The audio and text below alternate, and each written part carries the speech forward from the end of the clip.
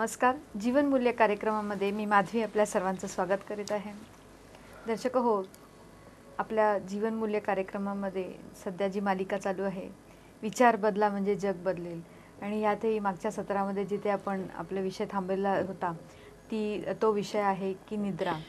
निद्रा ही हिच्यामध्ये सुद्धा विचारांचा किती मोठा हातभार आहे हे आपल्याला डॉक्टर सचिन सांगत होते. तर आजही आपण त्यांच्याकडून मार्गदर्शन घेऊया, परंतु सर्वप्रथम आपण त्यांचं स्वागत करूया.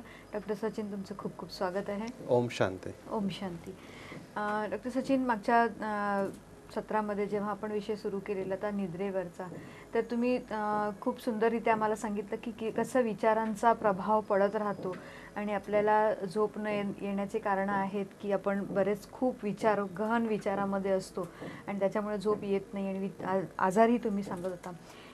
स्वप्न वगैरे ह्या गोष्टी तुम्ही सांगितल्या, दात चावणं तुम्ही सांगितलं की हे प्रकार घडत असतात. परंतु लहान मुलांमध्ये आणि कित्येकदा असंही काही लोक आहेत, समुपदेशनामध्ये आम्ही पाहतो की काही असे मुलं आहेत की ज्यांना रात्री झोपेतच लघवी होते, ज्याला बेड वेटिंग असं मेडिकल शास्त्रात म्हटलं जातं.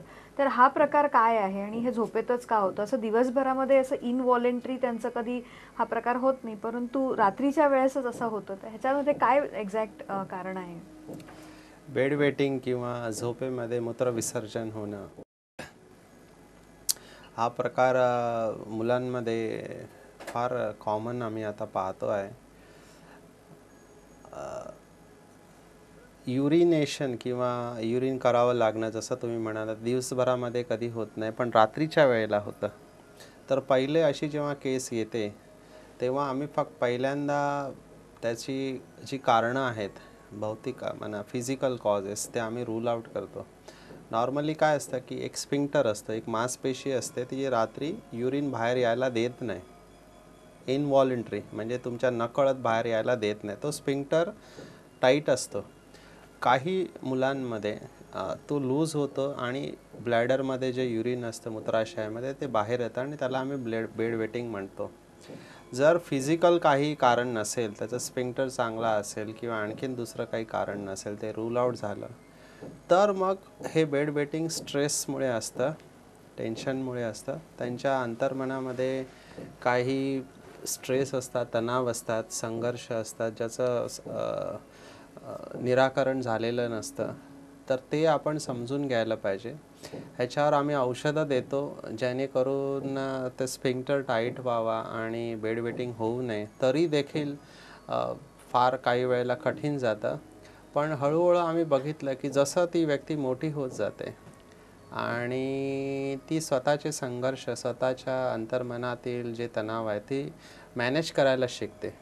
तर नॉर्मली जसं वय वाढत जातं तर हे कमी होत जातं, पण काही लोकांमध्ये होत नाही हे कमी. तर त्यावेळेला त्या व्यक्तीबरोबर बसून किंवा काही वेळेला हिप्नॉटिझमद्वारे, मनसंमोहनाद्वारे आणि औषधाद्वारे हे कमी करता येतं. तर बेड वेटिंग हा पण एक प्रकार आहे आणि त्याचा संबंध जास्त आपल्या मनाशी आहे, तणावाशी आहे, आम्ही पाहिलेलं आहे. पण आम्ही पुन्हा म्हणू की पहिला तुम्ही युरोलॉजिस्ट किंवा यांचे जे स्पेशालिस्ट असतात किंवा पेडियाट्रिशियन, लहान मुलांचे स्पेशालिस्ट किंवा मनोचिकित्सक यांना दाखवून त्याचं जर काही मानसिक कारण असेल तर त्याचं निराकरण करून गोळ्या दिल्या तर हे कंट्रोलमध्ये येऊ शकतं. डॉक्टर साहेब, नक्कीच मला वाटतं अनेक दर्शकांना हा प्रश्न कधी कधी उद्भवतो. काही लोक लाजेपुरती पण जात नाहीत पुढे, डॉक्टरांना दाखवत नाही. पण तुम्ही खूप छान मुद्दा सांगितला की जर ते स्पिंक्टर मध्ये काही प्रॉब्लेम असेल, म्हणजे फिजिकल काही प्रॉब्लेम असेल, तर तो नक्कीच चेक केला पाहिजे.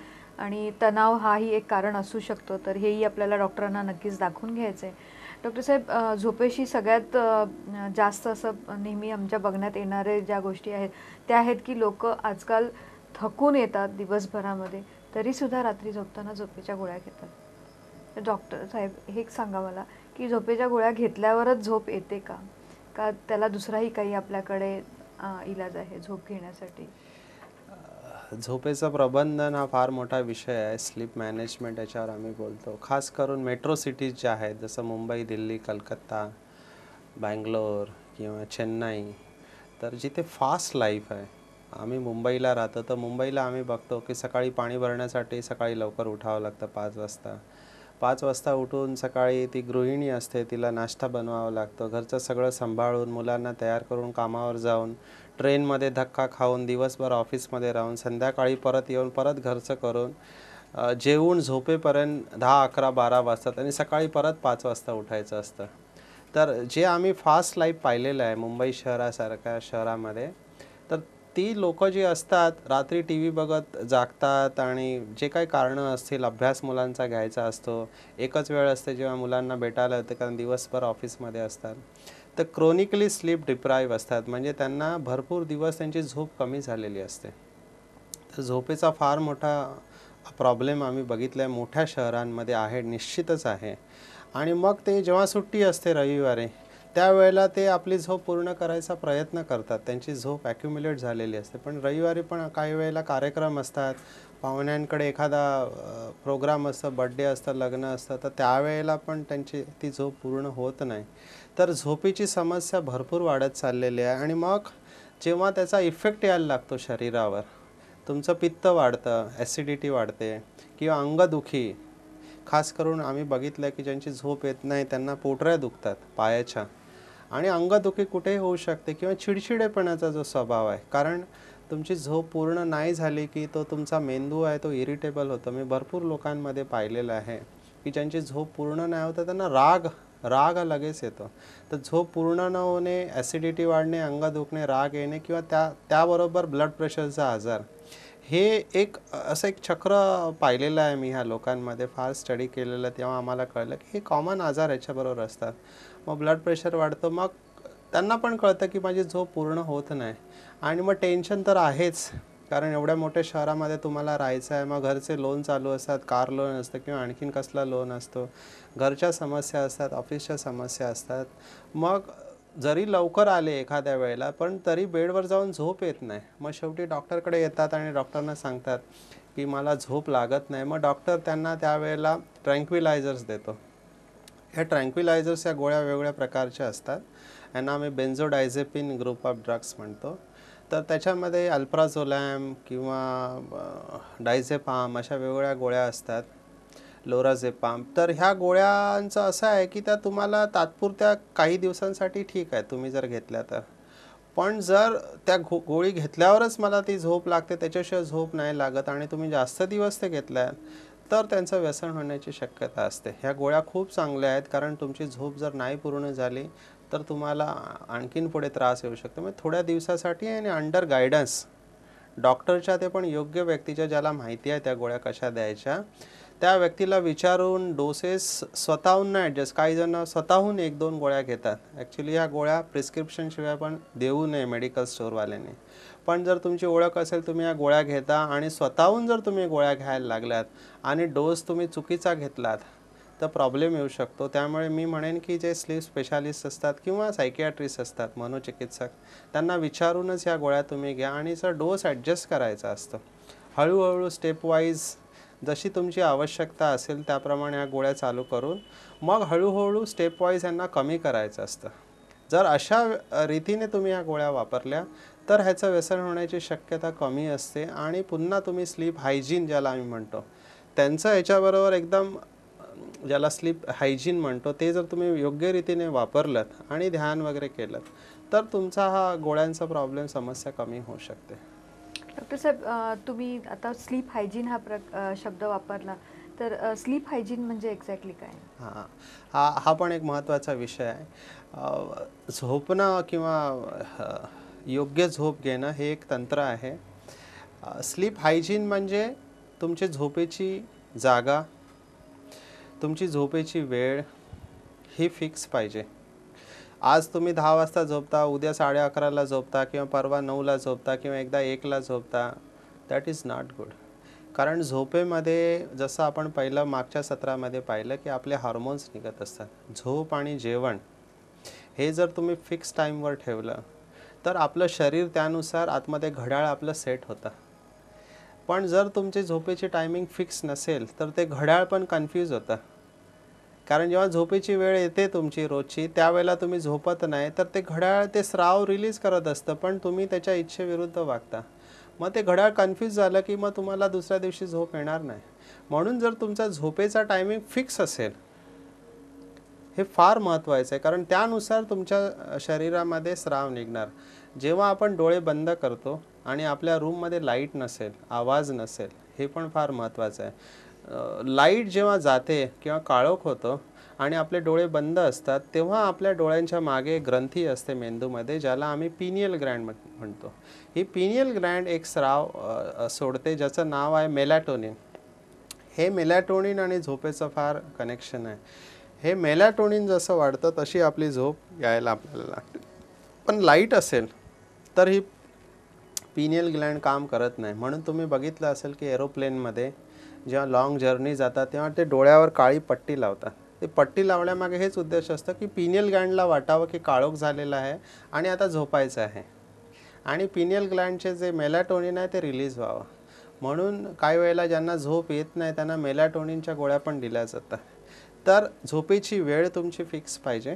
नंबर 1, ज्या जागेत तुम्ही झोपता ती जागा चांगली व्हेंटिलेटेड पाहिजे. कोंदट जागा असता कामा नये, तिथे हवा चांगली खेळती राहिली पाहिजे.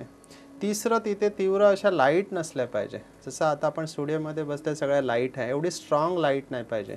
त्या जागी तुम्हाला आवाज वगैरे काय येता कामा नये, कारण जेवढे आवाज जास्त येणार त्या आवाजामुळे आपण शांतपणे झोपू शकत नाही आहे. ठीक आहे. आणि ह्याच्याबरोबर आम्ही पाहिलेलं आहे की रात्री झोपताना जर तुम्हाला कॉन्ट्राइंडिकेशन नसेल की दुधाने झोप फार छान येते, त्यातल्या त्यात कोमट दूध असेल, कारण दुधामध्ये एक पदार्थ असतो ज्याचं नाव आहे ट्रिप्टोफॅन. ह्या ट्रिप्टोफॅनने झोप चांगली येते. जर तुमचं कोलेस्ट्रॉल जास्त नसेल किंवा आणखीन तुम्हाला दुधाने जर लॅक्टोज इंटॉलरन्स किंवा पोटात गॅस वगैरे होत नसेल आणि दूध तुमच्या शरीराला चालत असेल, तर दूध खूप छान आहे. रात्री झोपण्यापूर्वी तुम्ही कोमट दूध घेऊन झोपलात तर तुम्हाला झोप चांगली लागू शकते. आणि एक महत्त्वाचं जी गोष्ट आम्ही सांगतो की संध्याकाळी तुम्ही थोडं वॉकिंग केलं पाहिजे. कारण जसं आपण बघितलं आहे की लोक आजकाल शरीराने थकत नाही, मनाने थकत आहे. शरीराला व्यायाम नाही आहे. आम्ही हे पाहिलं आहे की जे रस्त्यावर दगड तोडतात, दिवसभर उन्हामध्ये काम करतात, म्हणजे फार मेहनतीचं काम आहे, त्यांना कधी झोपेची गोळी घ्यावी लागत नाही. कारण दिवसभर काम करून जसं ते जेवतात आणि बेडवर जातात, गेल्या ते त्यांना झोप लागते, कारण शरीर त्यांचं थकलेलं असतं. आपलं शरीर थकत नाही, आपलं मन थकतं आहे सध्या. तर थोडं वॉकिंग आपण संध्याकाळी केलं म्हणजे शरीराला, ज्याला इव्हिनिंग स्ट्रोल आम्ही म्हणतो, तर शरीर तुमचं थकलं असेल तर बेडवर गेल्या तुम्हाला झोप लागते. तर थोडं संध्याकाळी व्यायाम आपल्या शक्तीनुसार केला पाहिजे. आणि सगळ्यात महत्त्वाचं म्हणजे तुमच्या दिवसभरात ज्या घटना घडलेल्या आहेत, जे काही झालं असेल, पॉझिटिव्ह निगेटिव्ह झालेलं असेल, तर ज्या निगेटिव्ह घटना आहेत त्या फाईल तुम्हाला क्लोज करणं फार गरजेचं आहे. जर तुम्ही त्या फाईल क्लोज नाही केलं तर तुम्हाला झोप येणं कठीण आहे. कारण ती फाईल, जसं आपण बघितलं कॉम्प्युटरमध्ये, जसं ते स्क्रीन ओपन असतं, ब्रेन तुमचा स्विच ऑफ होत नाही, त्यामुळे तुम्हाला झोप येत नाही. म्हणून इथे आध्यात्मिकता इथे रोल फार मोठा प्ले करते.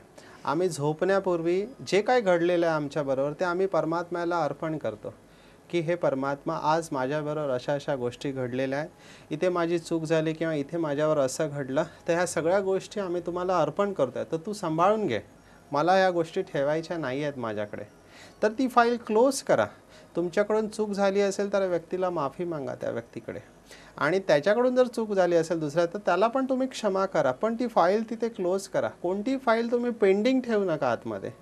जेवढी तुमची पेंडिंग फाईल असेल तेवढं तुम्हाला त्रास जास्त आहे, मग ते जमा होत जाते. ते रोजच्या रोज तुम्ही क्लिअर करा ती फाईल. ह्याला आम्ही म्हणतो त्रिमूर्ती बना तुम्ही. त्रिमूर्ती जे आपण परमात्म्याला म्हणतो की परमात्मा त्रिमूर्ती म्हणजे ब्रह्मा विष्णू शंकर बना. ब्रह्मा म्हणजे सकाळी उठल्याबरोबर तुम्ही श्रेष्ठ संकल्प करा, कारण ब्रह्माचं काम आहे स्थापना करणे. श्रेष्ठ संकल्प करा की आजचा दिवस माझा चांगला जाईल, मी सगळ्यांना सहयोग देणार आहे, मी शांत स्वरूप आहे, माझं लक्ष हे आहे, असा तुम्ही श्रेष्ठ संकल्प करा सुरुवातीला. मग विष्णू बना, त्या संकल्पांची तुम्ही पालना करा.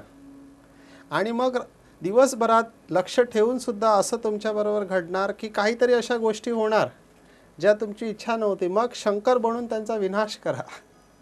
परमात्म्याला त्या सोपून जा. ह्याला आम्ही म्हणतो त्रिमूर्ती. तर रोज आपण मास्टर त्रिमूर्ती बनून असं कार्य केलं तर रात्री बिछाण्यावर गेल्या गेल्या आपल्याला झोप लागते आणि आपण स्लीप हायजीन मेंटेन करू शकतो. खूप छान हायजीन आहे डॉक्टर साहेब.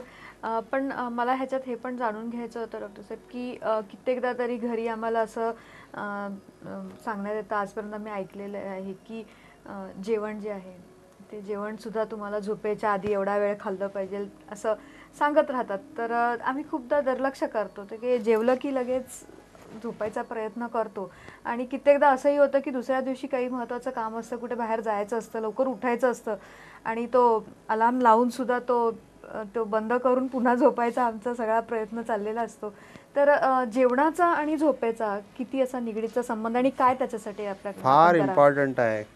आपली डायजेशनमध्ये पचन करण्यामध्ये भरपूर ऊर्जा जाते. 1/3 एनर्जी आपली डायजेशनमध्ये जाते. आणि तुम्ही काय खाता, रात्री तुम्ही चहा पिता, काही जण कॉफी खाता, स्टिम्युलंट तुम्हाला घ्यायला नाही पाहिजे. जर तुम्हाला झोपेचा प्रॉब्लेम असेल तर संध्याकाळीच घ्यायला नाही पाहिजे, कारण ते रक्तामध्ये तुमच्या असतं आणि ब्रेनला उत्तेजना देणारं असतं.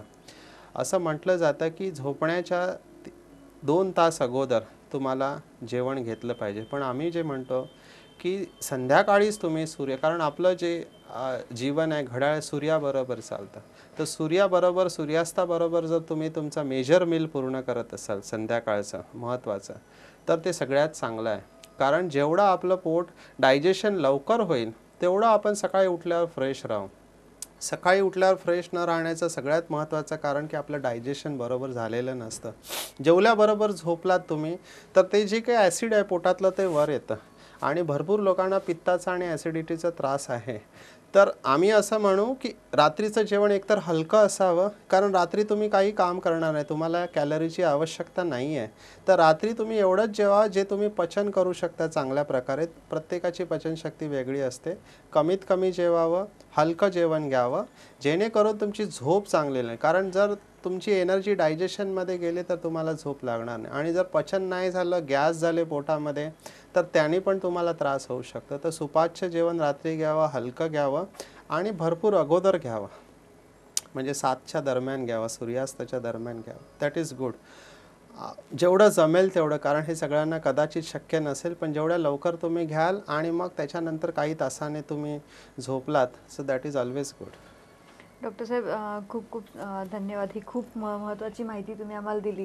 शक्य नसतं तरी पण प्रयत्न नक्कीच करू, कारण त्याच्या पाठीमागचं जे काही थिअरी आहे ती तुम्ही आम्हाला एक्सप्लेन करून सांगितली. डॉक्टर साहेब हे सगळं ऐकत असताना एक गोष्ट लक्षात आली, तुम्हीही आम्हाला सांगितली की झोपेच्या गोळ्या काही पर्याय नाही आहे. असं कित्येकदा प्रसंग येतात की आम्ही खूप थकलेलो असतो आणि त्या थकावटीने पण झोप येत नसते. तर गोळ्या घेणं तुम्ही म्हटलात की पर्याय नाही आहे. मग इथे आम्हाला दुसरा काही पर्याय राहतो का, आणि जर तो राहतो तर तो कोणता आहे आणि कसा? मेडिटेशन सगळ्यात चांगलं आहे. आमचा अनुभव आहे की जे लोक राजयोगाचा नियमित आणि योग्य प्रकारे मेडिटेशन करतात आणि आता जे आपण अभिकथन करणार आहोत, हे जर तुम्ही रेग्युलर आपलं प्रोग्रामिंग केलं तर तुम्ही झोपेला जेव्हा पाहिजे तेव्हा झोपू शकता आणि डीप स्लीपमध्ये जाऊ शकता. किती तास झोपलो याच्यापेक्षा किती डीप आपण झोपलेलो आहे ते फार महत्त्वाचं आहे. ज्यांची डीप स्लीप असते त्यांना कमी झोपेची आवश्यकता लागते आणि आम्ही बघितलं आहे की योगी लोक असतात त्यांना कमी झोपेची आवश्यकता, कारण ते डेल्टा स्टेजमध्ये लवकर जातात. डेल्टा स्टेज ही आपल्याला रिफ्रेश करणारी असते. तर आपण त्याचा आता अनुभव करूया. नक्कीच. सर्वांनी सरळ बसायचं आहे. काही महत्त्वाचं कार्य करताना ह्याचा अभ्यास करू नये. रस्ता क्रॉस, गाडी चालवणे, स्टोव, गॅस, मशीनजवळ शांतपणे एका ठिकाणी स्वतःला एकदम हलकं सोडायचं आहे. डोक्यापासून पायापर्यंत अनुभव करा, संपूर्ण शरीर शिथिल होत चाललेलं आहे. शांत.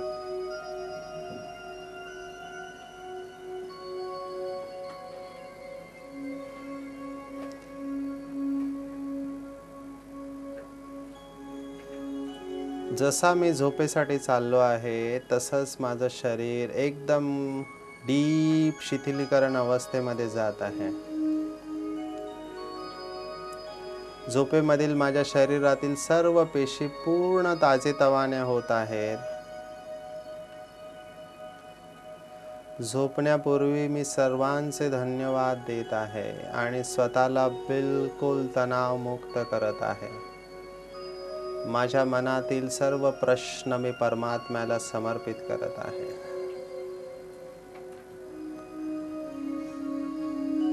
प्रत्येक रात्री झोपताना मी एकदम गहन निद्रेमध्ये जात आहे. लाईट बंद करताच मला गहरी निद्रा येते आणि झोपेतून उठल्याबरोबर एकदम शक्तिशाली आणि ऊर्जाने भरपूर मी अनुभव करत आहे. मला रोज रात्री अतिशय छान निद्रा येते आणि सकाळी उठल्याबरोबर मी एकदम तरोताजा अनुभव करत आहे.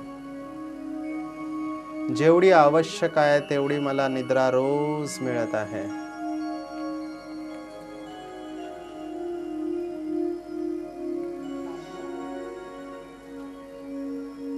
मी नेहमी डीप स्लीप मध्ये जात आहे.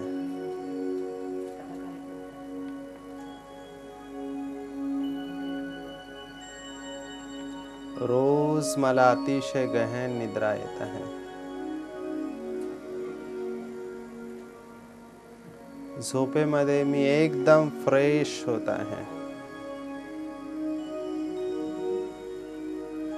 जेवढा आवश्यक आहे तेवढा सर्व आराम मला झोपेमध्ये मिळत आहे.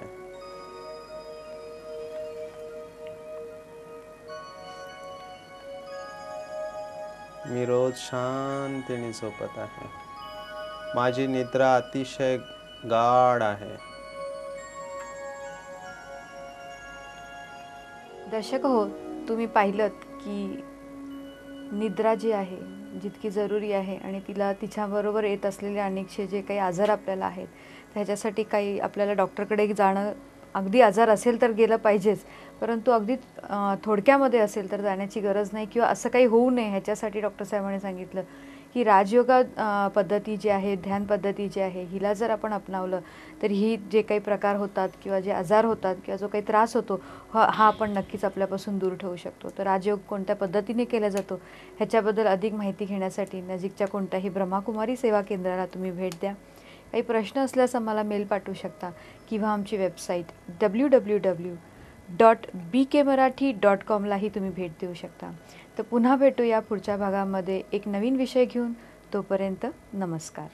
ईश्वर निर्मित या सुंदर जगात जगण्याचे कसब ज्याला गवसले तो खरा भाग्यवान.